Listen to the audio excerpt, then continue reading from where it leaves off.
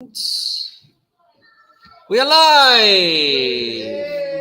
Good afternoon, everybody, and welcome to Lunch and Learn with our in-house studio audience and our virtual studio audience. It is wonderful to see so many of you. It's the millions tuning in. Nearly millions. I think we're on 999,999 tuned in at the moment on YouTube. Great to have you all on board. So, as we always do, let's have a look at the weekly Torah portion, and then we are hopefully going to reach the end of those 48 traits, goals, targets that we have been talking about now for a significant number of weeks. But here's the exciting thing. I think that we can complete Pirkei Avot, finish the whole thing by the summer. How is that for a target?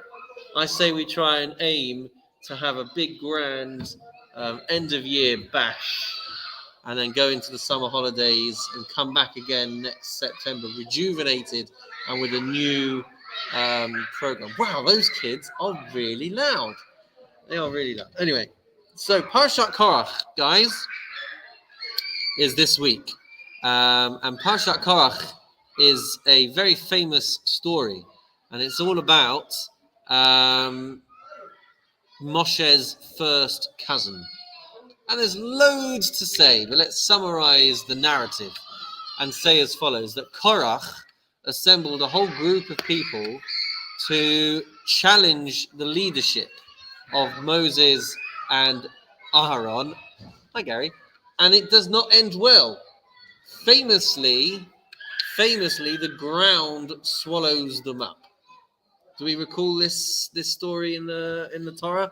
So he's got a whole entourage of more than 250 people challenging the fact that Moses and Aaron hold the key leadership positions amongst the Jewish people, and they challenge this. And in the end, Hashem shows who is in charge, and Korach is dispelled with, and his entourage is dispelled with, and as a result of that, we come out firmly understanding that Moshe should be leading the Jewish people, that Aaron should be the Kohen Gadol, and that briefly summarizes the episode.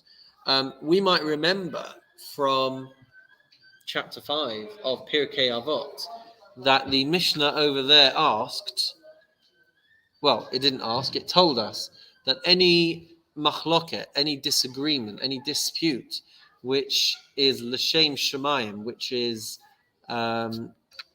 with lofty goals in mind of bringing about more awareness of God in the world. So any argument that takes place for the sake of God is going to endure. And any argument that is not for the sake of God is not going to endure. And the Mishnah asks, well, can you give me some examples of what we're talking about over here? And the Mishnah says, well, in the example of a machloket l'shem shemayim, of a dispute, of a disagreement which has the right intentions in mind, the prototype, the example that it gives is Hillel and Shammai. Because Hillel and Shammai were two individuals who were constantly at loggerheads with each other, but it was in order to delve and reveal what the emet, what the truth should be. Not only that, but despite the fact that they were constantly disagreeing over how to interpret things in the Torah, nonetheless, they had immense amounts of respect for each other, and so much so that their daughters and their sons used to marry each other. So it was not that they were having a broigus. They disagreed on an intellectual level, I guess, on a cerebral level. I never know how to use the word cerebral, but I've always wanted to, and I think that fits. Thank you very much. One of these days I'll be educated. So it didn't stop them from interacting, from respecting, from loving one another. They were just trying to delve into what the truth and what the word of Hashem was supposed to be. The example that the Mishnah gives of a machloket that was not l'shem shemayim, which had the wrong intentions, was Korach v'kol adato. It says Korach and his entourage. And it's interesting because on the one hand, for the right reasons, the example that we have is Hillel on one side and Shammai on the other side. But when it comes to the example of a wrong disagreement, the example that it brings is Korach and his entourage. It doesn't say Korach and Moshe. Isn't that intriguing? Did you ever think about this, Gary? I didn't think about this back on chapter 5. Right? It doesn't tell us that it was Korach on one side and Moshe on the other side. It says Korach and his entourage. They were on the same side, and therein lies the secret of a battle fought for the sake of heaven and a battle fought that's not for the sake of heaven. They would have picked a fight with anybody. It's just that Moshe was in the crosshairs at the time. A machloket l'shem shemayim doesn't necessarily have to have rhyme or reason. It can just be this individual against the whole world. Whoever it is that's in the crosshairs at the time, that's who they're picking the machloket with. That's who they're picking the argument with. And that really resonates in this day and age, because you often find that that the eruption of argument that takes place is not necessarily for the right reasons. It's just whoever happened to be caught up in it at the time. And it's interesting as well because the verses teach us that Korach and his followers gathered around Moshe and Aaron. And there was a beautiful insight into this fact, the fact that when the argument came, it came as Korach and the entourage swarming around Moses and Aaron. They did it deliberately in public. They didn't take about the leadership, that it was wrong that two brothers should have all of this power. And, Korach's also an important person, and maybe one of the positions should have gone to him and not just to two brothers from the same Levite lineage. Spread the love a little bit. Let Korach also have some. He's also an impressive guy. So that seems to have been the root of their discontent. But was Moshe appointed by God, or was it heritage that he? So Moses was appointed at the time of the burning bush, essentially, and Aaron was appointed later in time as the Kohen Gadol, the high priest. But this is what Korach was challenging, and so the demonstration had to be a clear indication that this is who Hashem has chosen.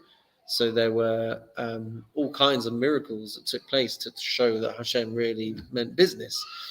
You can go through the parish and you can check it out when you're in shul on Shabbos morning listening to. So what was I saying? So they did it very publicly. They didn't start off by going to Moses, taking him aside and like, can I ask you a little question here, Moses? I mean, why is it that you've got all the positions? Maybe, I could also come along and do something. I'm always here to help. He didn't do that. He got over 250 people together. They marched through the camp, beeline straight for Moses, and made this whole public spectacle to challenge him in public. And that as well helps us to understand what a machloket that's not l'shem shemayim can look like, that's not for the right intentions. And when we consider how public arguments can get nowadays, this should also resonate with us a bit as well. All it takes is, you go into a restaurant, something goes wrong, and before you know it, it's plastered all over social media. Oh, this is what the waitress did to me when I was in the restaurant. We should boycott the restaurant or go again. If you've got beef, if you've got problem, go to the manager and discuss it. But everything in this generation, so often we find that it's just thrown out there. It's put all over social media. Everyone has to know about every little grievance that we have had. And you could argue that is not l'shem shemayim. That doesn't bring holiness and sanctity into the world. It creates controversy, it creates factions, it creates disagreement, it creates rifts in society. So we're still struggling with this. David. Just wondered, you mentioned Shammai and Hillel. Yeah. Don't know much about them, except that we usually go by the rulings of Hillel. Why do we never go by the rulings of Shammai? Good question. We have 6 instances where the halacha rules like Shammai. So why? I don't have a good, bite-sized answer for why. There are interesting ramifications. I do recall one thing which kind of helps us to understand it a little bit, not completely, but a little bit. So there's only a few arguments that we see in the Talmud between Hillel and Shammai. Most of the arguments that we see are Beit Hillel and Beit Shammai, the students of Hillel and Shammai. If you look at the core arguments that we are exposed to in the Talmud, there's only a small number, there's only a few. And they seem to share a pattern of Shammai having an opinion, or the essence of his opinion is very lofty, very spiritual, whereas Hillel's core opinions, essential opinions, are more rooted in the physical world and more rooted in pragmatism and more rooted in things in a manifested state. So I can think of 2 examples which stick in my mind.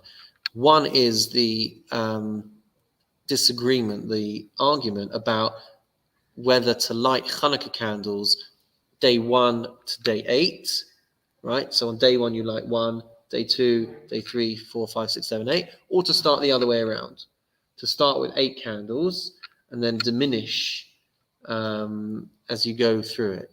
So Shammai say you start with 8 and you go down to 1, and Hillel say you start with 1 and you go up to 8. And what do we do on Hanukkah? We do 1 to 8. We do it like Hillel. So over there, it's because, again, I don't have the right wording necessarily, but Shammai take this kind of like spiritual actualized reality, and that's their starting point. And Hillel comes from a point of potential leading through to things being manifest and growing.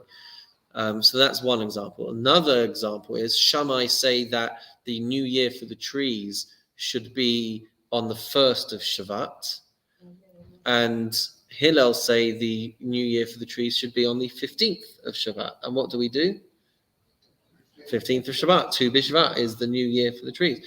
So Shammai's reasoning is that the sap is already in the trees on the first day of Shavat, and that's why you have to, it's already actualized, even if it's can't be seen. So they say the 1st of Shavat, and Beit Shammai and Hillel say that we have to wait until the sap is actually coming out. It's actually manifest. It's actually in reality. So what I'm saying probably sounds very confusing, but it's something to do with that. It's something to do with the essential perspective of Shammai's opinions and the essential perspective of Hillel's opinions, and Hillel's are more rooted in the physical world. Pardon me? Did the Sanhedrin then rule on which decision to take, or was their decision final? Would it have been the Sanhedrin? I mean, there's the Sanhedrin, and then there's the Chachamim. There's the who will have ruled. I mean, it would have gone by a majority decision that we go by Hillel. Yeah.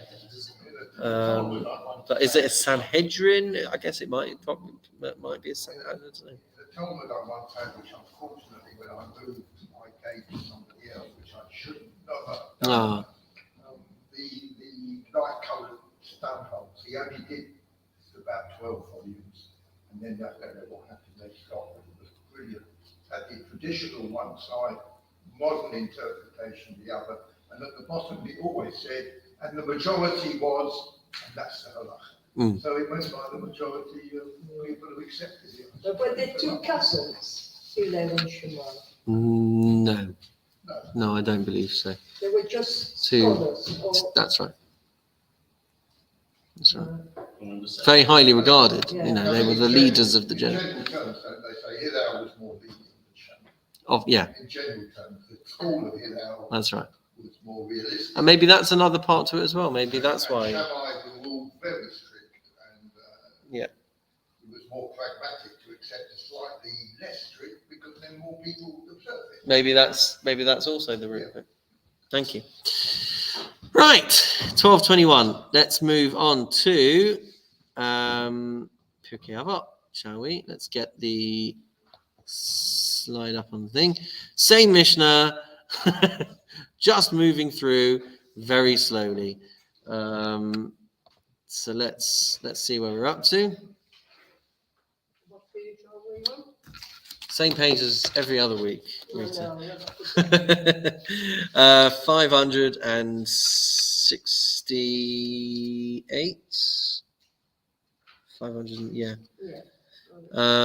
So let's try and think about where we're up to. So last week we did thinking deliberately as one studies. We talked about asking and responding, the ability to say I don't know. Oh, we even talked about Hillel.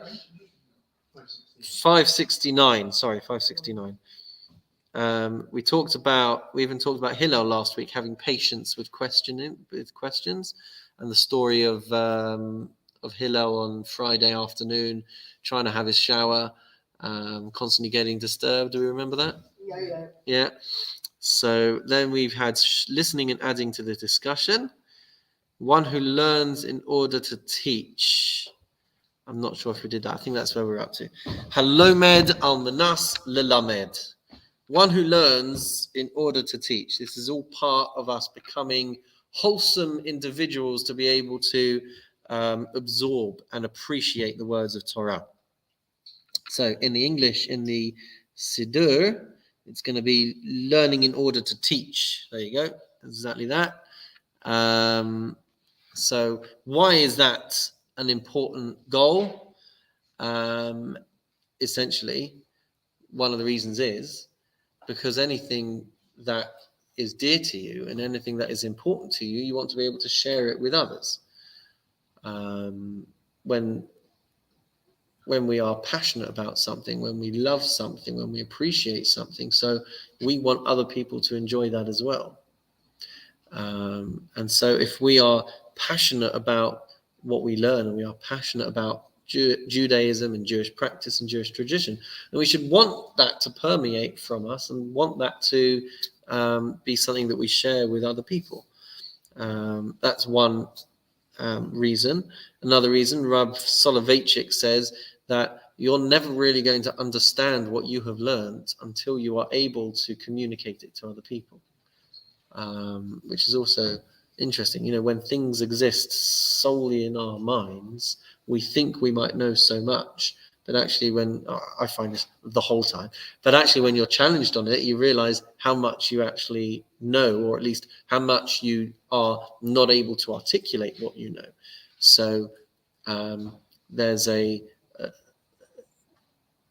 extremely important level of development to one's accumulation of knowledge if they are then able to explain it and share it. I remember when I lived in South Manchester, there was one of the teenagers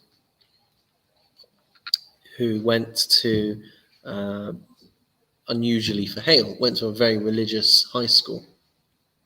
And I said to him, I was like, listen, you're going to be learning Gemara, you're going to be learning the Talmud, and they'll talk in the way that they talk with all of the Yiddish words and all of the yeshivish phrases. I said, you'll know when you really understand what you're learning if you're able to actually translate the words in English, not just into a yeshivish quasi half translation, but if you're actually able to form complete English sentences to explain the content that you have learned. So I think that's an important milestone to reach, an important goal to have in mind, is to be able not only to learn, but also to be able to explain what you have learned and to teach others, because you want them to be able to enjoy that as well. When I was in Hale as well, the education rabbi had this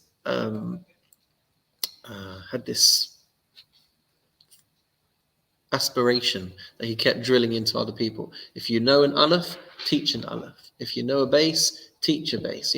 You are always able to help somebody else with their own progress, with their own journey. So whatever you know, to be able to teach that to someone else, even if it's just teaching them how to read, there's so much value and there's so much importance to be able to do that.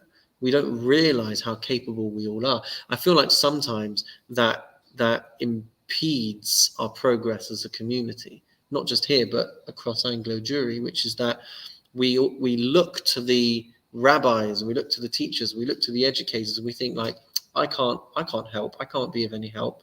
But actually, we could all radiate an influence on people around us, just to help them along with in whatever way we can. But we think that we're not capable. We think, oh, I'm not clever enough. I'm not capable enough. We're okay if we've learned something, then we're able to share that with others. So I see in this something that's incredibly empowering for each and every single one of us, because we might not think that we have all of the qualifications. We might not think we have all of the expertise. We might not think we've got all of the wisdom and all of the knowledge. But actually, we will all have something that can be available to inspire others. Yeah. When I was tutoring, I had this parents' evening, and I always used to say to the parents, every child is good at something. And it's true, isn't it? They're good at something, whatever, even if they were not the cleverest, but they're good at something. Yeah. They're good with their hands, or they're good with something. That's why I used to say to the parents. That's why curriculums are so hard, because we pigeonhole everyone into one thing, one curriculum. But actually, I mean, we couldn't get through a week at home of homework were it not for the fact that my eldest too will help the younger child with her spellings, or just check her maths. They're not teachers, they're not degree holders, they're not university educated, but they can spell, and that's already something then that they can help the little one with. So that's all of that makes the world go round. We say, by the way, in every Shacharit service, just before the Shema, there's a prayer called Ahava Rabbah. You have loved us with great love. It's on page 67 in the Green Siddur. You have loved us with great love, Lord our God, and with surpassing compassion have you had compassion on us. Our Father, our King, for the sake of our ancestors who trusted in you, and to whom you taught the laws of life, be gracious also to us and teach us. And then we say, Avinu ha'ava rachaman, our Father, the compassionate Father, ever compassionate, Rachim aleinu, have compassion on us. And then we say, V'ten b'libeinu lahavinu lahaskil, instill in our hearts the desire to understand and discern, lishmoa, to listen, and then we say lilmod ululamed, to learn and to teach, lishmoa v'lasot, to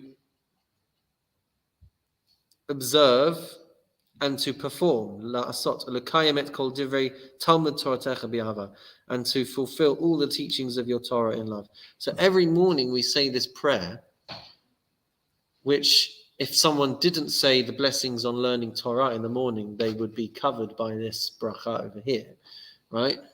We say every morning that I want to be able not only to learn, but I want to teach as well. This is a prime value. This is a premium value that we place on Jewish education, and by extension any education. But it's clearly a Jewish value that we pray for every day. Not only that we should want to learn for ourselves, but that we also want to radiate and influence to others as well. So that's that one. Any comments or questions on that one before moving along? No? Oh, that's a pity, Gary. So the next one then is halomed al manat la'asot. So we've had halomed al manat la'lamed, learning in order to teach on the condition that we're going to teach. And now we have learning in order to practice. So one angle was learning in order to teach, and this one is learning in order to practice, which in some ways you'd have thought that could have been a bit higher up the list. You'd think that in some ways that's probably... Once you know, you can do the job. Once you've learned, Yeah. once you've been trained, you can do the job. That's what right. it means.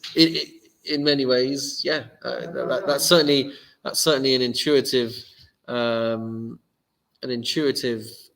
understanding. What I've seen here as well is that Judaism is not a spectator sport. I can't remember who it was that said that to me the first time, but I love that phrase. Judaism is not a spectator sport. And unfortunately, we often find that people will just kind of sit in an environment and just absorb, which is great. But, I'll give one example. It's very lonely when you're standing up to lead a davening and you're the only one singing. You've got a whole audience there, so to speak, but people aren't joining in. And that's what I always associate in my mind with Judaism not being a spectator sport. It's like, a shul service is not a performance. We're all supposed to be going for it together. But by extension, it's one thing to learn about things, but part of the growth of an individual is to put it into practice as well. And to make it meaningful and to make it consistent, and that all brings a certain element of completion to everything that we study, to everything that we explore. We've sat here for a good few years now exploring all of the different ethical values that we should try and live by. And there have been occasions where things have spoken to us, and then we've said like, this is something that I would actually like to make sure that I pay more attention to. And that's the desired outcome of this kind of growth, of this kind of study. I remember, Martin, you've often referred back to the short Devar Torah that I gave, where we talked about blessing people. And like, just to say good morning is a blessing. Just to wish someone a good day is a blessing. And and it resonated with me as much as it seemed to resonate with you. And there are things that we pick up on. There's things that we remember, and we put it into practice because it's an important thing. So that all helps us build and grow and become more like David Salter. Yes, David. It's interesting when you say Judaism is not a spectator sport. There are very strict rules about what you can say when you're in the presence of a teacher who's teaching you. It's very strict rules where you should know to keep your mouth shut and not to say anything and not to interrupt. Because probably you don't know better in the first place, most likely. And secondly, it's disrespectful. Thirdly, you interrupt the flow and concentration of the person that's trying to teach you. So when we say it's not a spectator sport, there are balances within that. Yes, there's always balances. When we're listening to somebody with greater knowledge than us. I was thinking more along the lines of, it's one thing to come along to a Torah class and learn about a lulav and etrog, yeah. But when Sukkot comes about, try and get hold of a lulav and etrog so you can do the mitzvah. We could sit there. We could have learned so much about lulav and etrog. We could taught people so much about lulav and etrog, and then Sukkot just passes us by, and you've missed an opportunity to put into practice what you knew. That was more what I meant by a spectator sport. There's so much in the terms of the topics of Judaism that one can learn about that we then put into practice. I remember distinctly. It's very embarrassing for me to share this, but I should feel more proud about how far I have come than about what I was like. But this is going on YouTube now, so it's there for millions of people. 2017 is when Shira and I joined the Bushy community. It's not the first time that I was part of the education team at Bushy Synagogue. You see, when I was in sixth form, back in 2002, 2003, I was a Cheder teacher here. Yeah. Fun fact. Yeah. Here. In the days of Rabbi Bloom. Right? You remember Rabbi Bloom. So don't tell him this bit. But, I was a sixth former who, I guess, I knew an Aleph, so I could teach an Aleph. That was pretty much the extent of my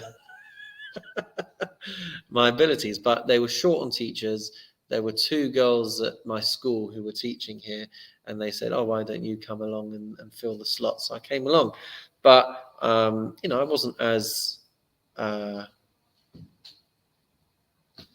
rounded, certainly in this sense, but I wasn't as rounded an individual as I was then. I remember that I wasn't a regular sit wearer, but I would come every Sunday morning and I would expect the students to make the bracha on their sit. And if they weren't wearing their sit, I would have to say to them, please make sure you're wearing your sit next week. And I remember there was one week where we were doing davening at the start of the class, and we got to the bracha of sit, and one of the cheeky monkeys said, "Mr. Kerr, where are your sit?" And I kind of gave this answer of like, do as I say, don't do as I do type thing. So this resonates with me. If you want, first of all, we've talked about this in the past. If you want something to be absorbed by someone else, it has to mean something to you. Devarim hayotzim min halev nichnas el halev. The things that come from our heart will enter into the hearts of others. People can see through insincerity. People can see through hypocrisy. People can see through fakeness. So there has to be a level of consistency in what we're learning, what we're teaching, and what we're doing. It all has to be one thing if we want it to then be transmissible and meaningful to others. So I remember, it's not similar to yours, but I was in Paris and I went to the only Ashkenazi shul in Paris, little steeple, lovely shul, and the rabbi was of the old school. He really was tough and he got up to give the drosh. That's all he did, because all the people that were able to do it, and he gave the drosh in French.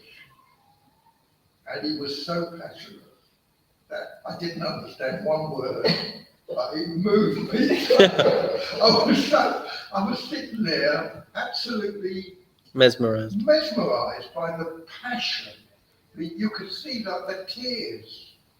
He was so able to believe and convey that. It was beautiful. I didn't, not one word, but I went out feeling. Uplifted. I don't know about you, but I think this is not the Shabbaton choir. It makes me. Dad, listening? Yeah, my dad's the chairman. Choir, it makes me. No, it goes to my kishkas. It just goes to, I don't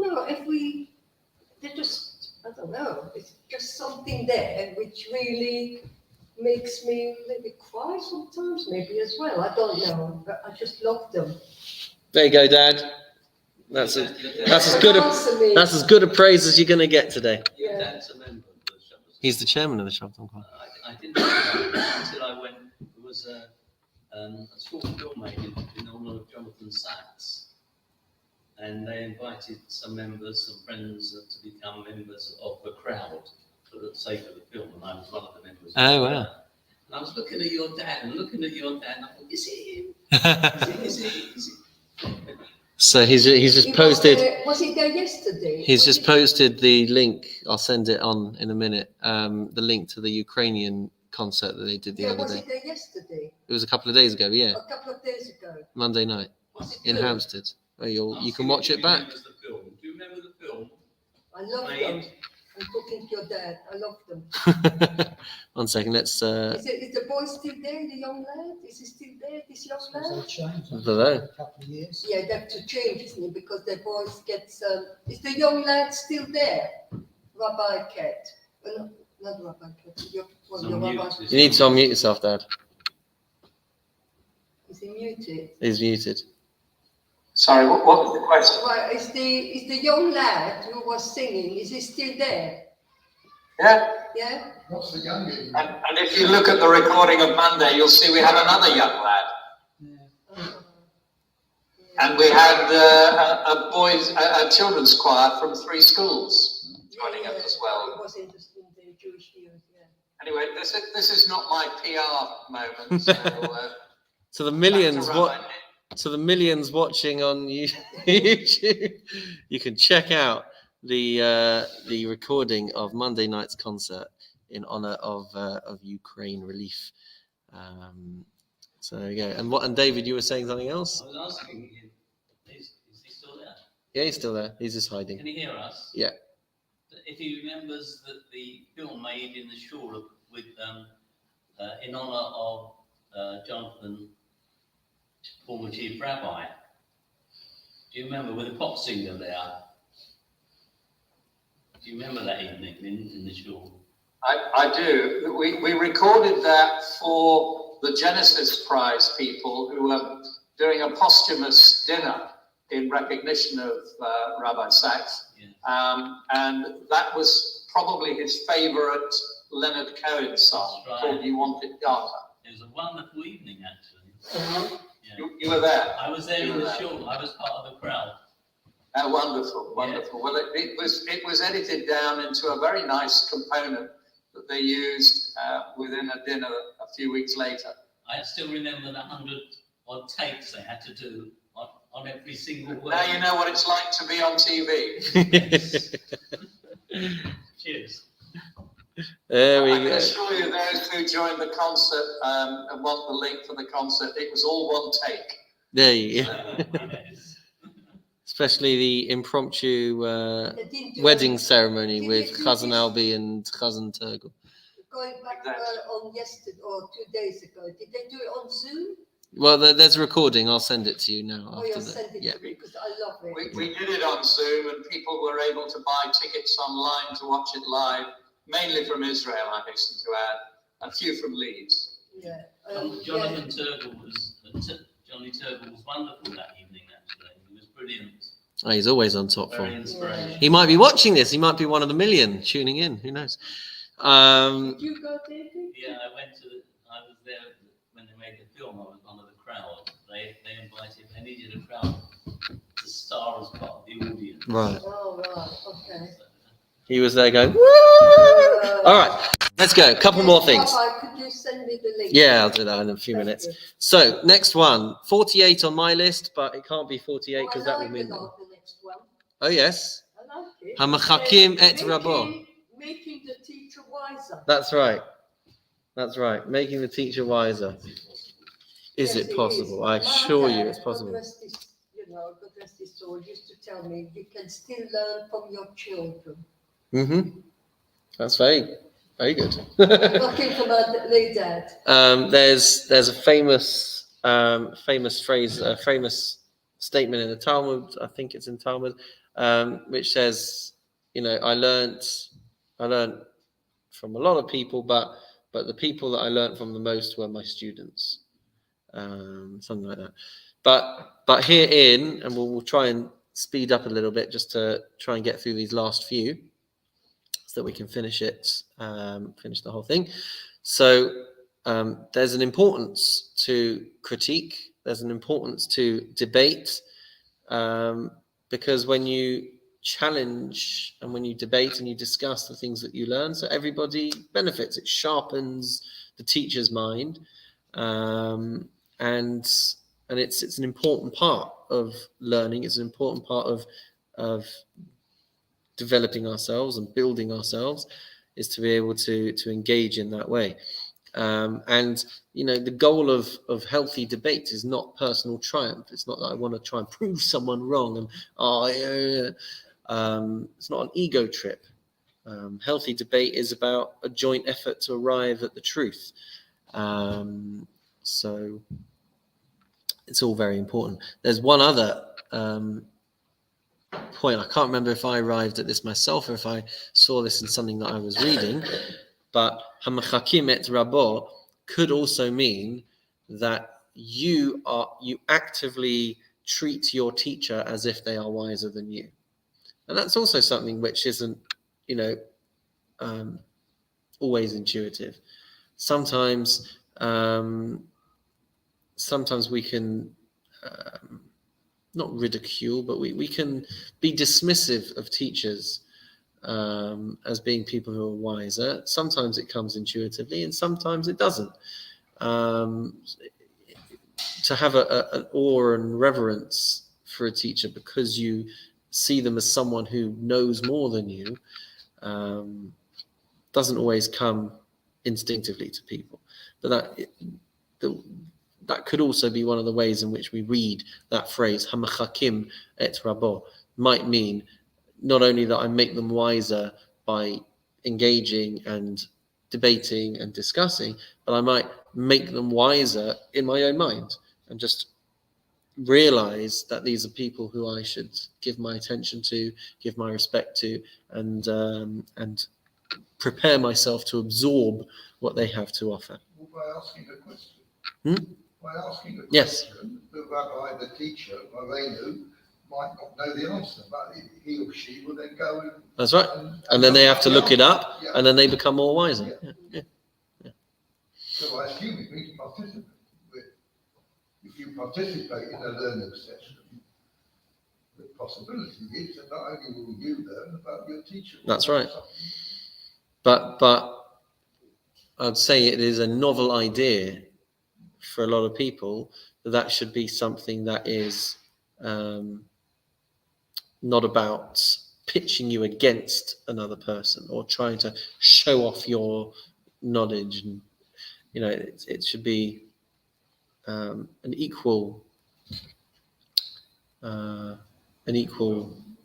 We don't really, because when we call the teacher up, we're saying Moreno, Rav, Moreno, whatever. Yeah, We have a respect for the teacher. maybe in that context, but in other classrooms, you might not get that same decorum.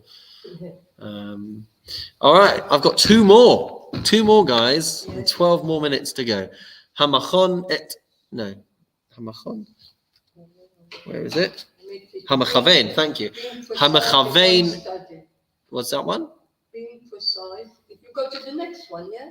Yeah. Yeah, being precise in one's studies. Hamachavein et shmuato. So the Green Siddur translates as being precise in one's studies. The screen says who is exact in what he has learned, and my notes says one who ponders over what he has learned. So there's probably a few different ways of looking at this, but some of the nuggets of wisdom that I see is the importance of taking care to understand, to see the things that we learn not just in isolation, but as a composite picture of a whole topic, of a whole area of knowledge. When we learn Torah texts, so we have to try and maintain a balance and perspective with other things that we have exposed ourselves to, and not just to see everything in isolation. And that's why when we will discuss, one of you will put up your hand and say, but didn't we learn something else where we said something completely different? And that's exactly what the Talmud does as well. The Talmud has a statement, and then a rabbi pipes up and says, hang on a minute, you taught me something else last week. So that is all part of being precise, being exact, and really trying to dig deep into making sure we understand things properly.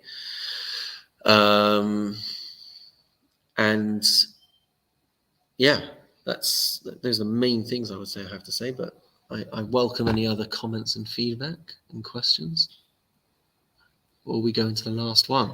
Are you ready for this, Peter? Yeah, let's go. This is a big moment here. So number 48, even though it's number 50 on my notes, it's number 48 because we were told there are 48 paths, 48 attainments, 48 virtues.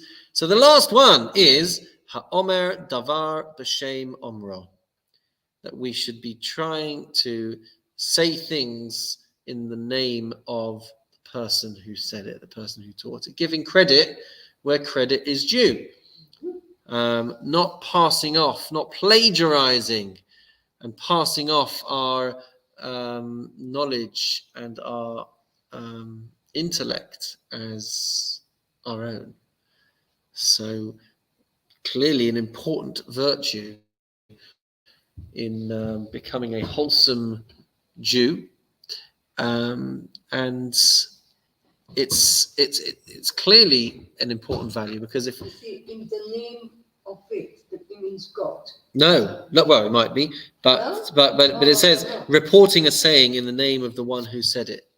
So if I tell a story about Rabbi Koppel Rosen, right, from Carmel College, and I try and pass that off as my own experience instead of quoting Martin, who is my go-to source for stories about Rabbi Koppel Rosen, right? So if I've learned something from someone else, I should report, I should pass that on in the name of the person who told me it. Oh, I see.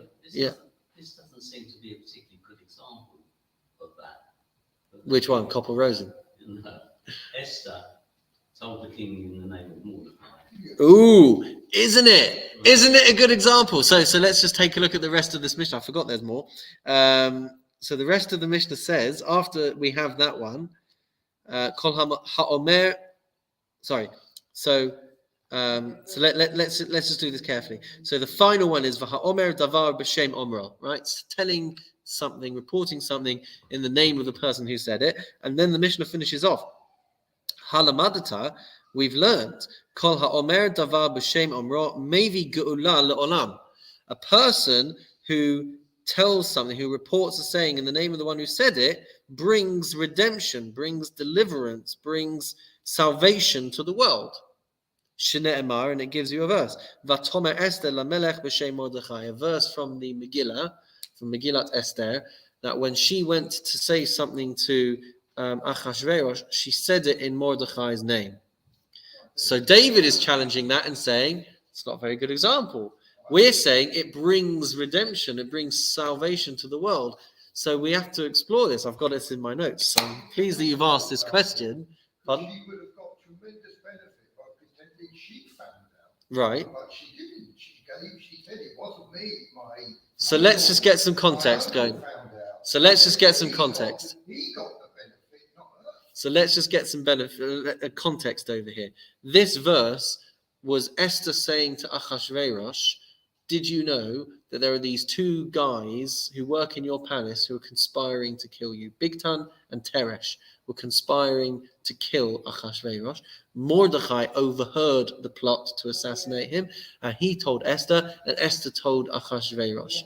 And this verse then is the moment at which Esther gave credit where credit was due. She told Achashverosh, I heard this from Mordechai, and what happened as a result of that was the plan was foiled.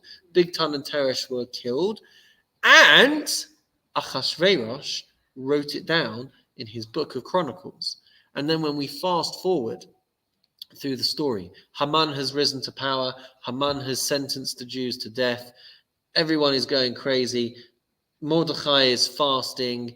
Esther fasts for 3 days. All of the things that happen, the plan, the story that develops from that point reaches a crescendo, reaches a climax when Achashverosh can't sleep. And he can't sleep that night. Haman is building gallows in the courtyard. Achashverosh can't sleep. He asks for his book of Chronicles. He goes through it, and look, I never rewarded Mordechai for saving my life. And as a result of that, the story starts to reach its crescendo. As a result of that, Mordechai gets honored, Haman gets disgraced, he comes that night to the party, he embarrasses himself, and the plan gets exposed, and off with Haman's head, or not, he gets hanged, but Mordechai is saved, the Jewish people are saved. So the moment that led to the Jewish people's salvation was the moment when Esther gave credit to Mordechai, because without that, Mordechai wouldn't have got written down. And then the night when Achashverosh couldn't sleep, he wouldn't have seen this point about Mordechai, or maybe he wouldn't have had that sleepless night at all. But that was the turning point when which led to the salvation of the Jewish people. And it was all because Esther said something in Mordechai's name. Well, David was challenging it, but I'm interested to know what he thinks now. I think that doesn't refer to the incident you're talking about.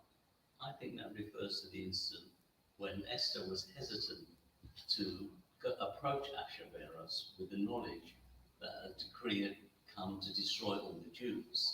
Well, there's an easy way to find out. We look up the verse. And there was a discussion between Mordecai and Esther at the time. And Mordecai said to Esther, if you don't go, then salvation will come from somewhere else. From somewhere else. So the only way to prove me wrong is to go and open it up. No, but I'm saying if you open it up, that's where the verse is. That's what came to my mind. Yeah. In this instance, and not in the earlier instance. And that's why I challenged. That's why we need context. My But yeah. explanation is exactly that she could have alerted the king without saying who was the source of the information. And that's why that example was given. She honored Mordecai. But because she honored Mordecai, all of that. The Jewish people were saved. That's right. Now, the Talmud, in so many places. It wasn't because she honored Mordecai at that stage, the Jewish people were saved. The Jewish people were only saved when she approached the king and told him of the plot to destroy the Jewish people. She had two feasts. At that stage, that was the turning point. She had two feasts, and you're right. In the second feast, she plucks up the courage to tell Achashverosh. And that was the turning point. But it was all. And they may have been connected. That's the thing. That's the thing. It's all part of. It all starts with.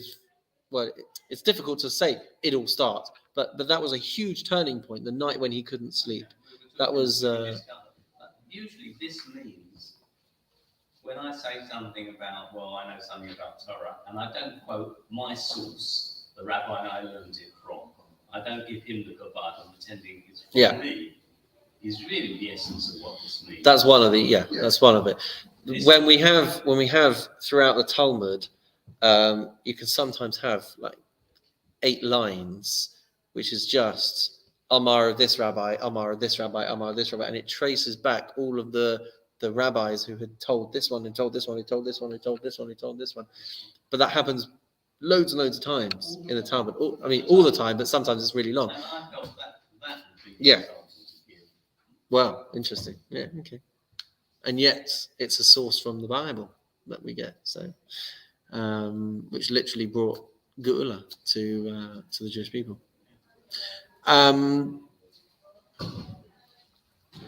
So yeah. Did you say these were the 48? No? So we finished. That was it. That was our last one of the 48. Right, okay. So.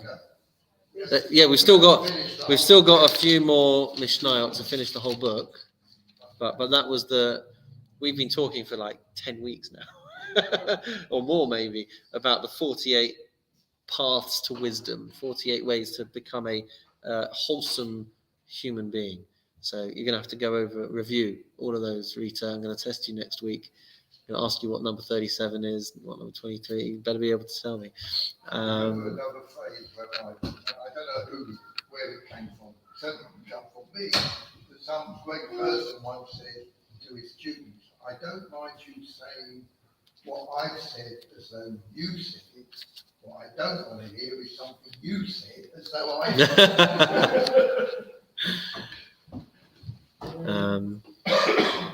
Yeah. So I always say this, and I repeat it every time I come here. These laws have been written so many years ago. It just sometimes amazes me. Yeah. because they're such old things, you know.